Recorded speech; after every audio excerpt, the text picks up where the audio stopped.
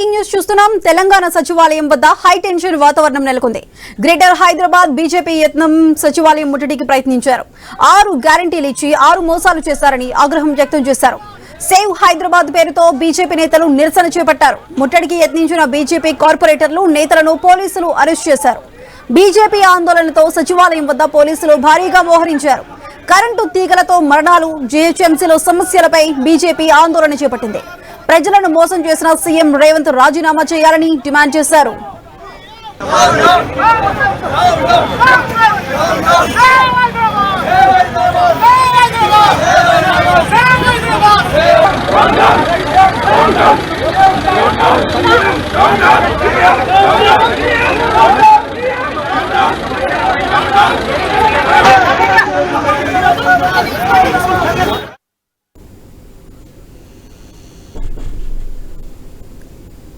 తెలంగాణ సచివాలయం వద్ద high tension వాతావరణం నెలకొంది. గ్రేటర్ హైదరాబాద్ బీజేపీ నేతలు సచివాలయం ముట్టడికి ప్రయత్నించారు. 6 గ్యారంటీలు ఇచ్చి 6 మోసాలు చేశారంటూ ఆగ్రహం వ్యక్తం చేశారు.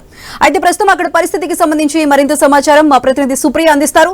సుప్రియ, చెప్పండి, ప్రస్తుతం అక్కడ సచివాలయం దగ్గర ఎటువంటి పరిస్థితులు ఉన్నాయి? బీజేపీ నేతలు ఏం డిమాండ్ చేస్తున్నారు?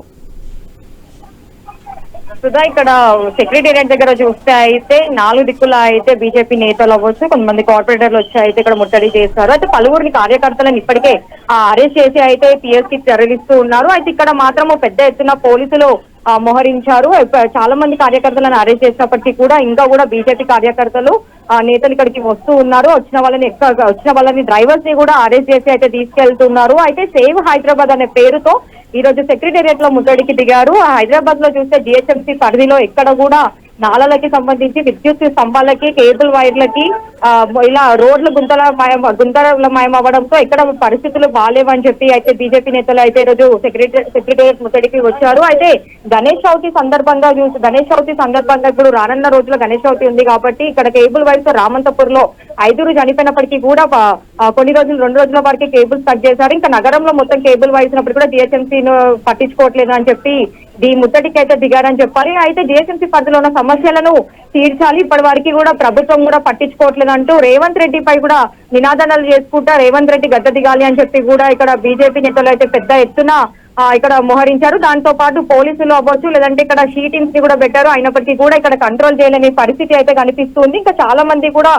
ఇక్కడ పోలీసులు ఉన్నారు కాబట్టి వాళ్ళు పర్సనల్ వెహికల్స్ తో రాకుండా ఓలా, ర్యాపిడోలు బుక్ చేసుకొని వచ్చి పలువురు అయితే అటెల్ సెక్రటేరియట్ వైపు వెళ్ళట్లే అని చెప్పి ఇక్కడికి వచ్చి కూడా బైఠాయిస్తూ ఉన్నారు. అయితే ఇక్కడ పరిస్థితి చూస్తే అయితే ఇంకా సాయంత్రం వరకు కూడా మళ్ళీ మనకు ఇది ఎక్కువగా పెరిగే అవకాశం కూడా కనిపిస్తూ ఉంది. అయితే పోలీసులు కూడా సెక్రటేరియట్ పరిసరాలలో ఉన్నాయి. మెయిన్ సిగ్నల్ దగ్గర నుంచి మాత్రం లోపలికి అయితే ఎవరిని అనుమతించడం లేదు. వాళ్ళైతే వెహికల్ చెకింగ్ చేస్తున్నారు. అయినప్పటికీ కూడా చాలా మంది కార్యకర్తలు అయితే ఇక్కడికి వస్తున్నారు. అయితే సేవ్ హైదరాబాద్ అనే పేరుతో మాత్రం ఈరోజు పెద్ద ఎత్తున బీజేపీ కార్యకర్తలు అయితే ఇక్కడ సెక్రటేరియట్ కి అయితే వస్తున్నారు. Right Supriya, thank you. మళ్ళీ అరెస్ట్ చేపిస్తున్నారు. ఇదే పోలీస్ సిబ్బంది తోటి రోడ్ల పైన పనులు చేపిస్తే మొన్న 6 మరణాలు జరగకపోతుండే కదా.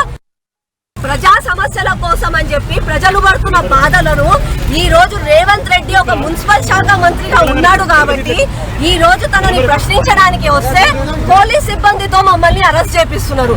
ఇదే పోలీస్ సిబ్బంది తోటి రోడ్ల పైన పనులు చేపిస్తే మొన్న 6 మరణాలు జరగకపోతుండే కదా. ప్రజా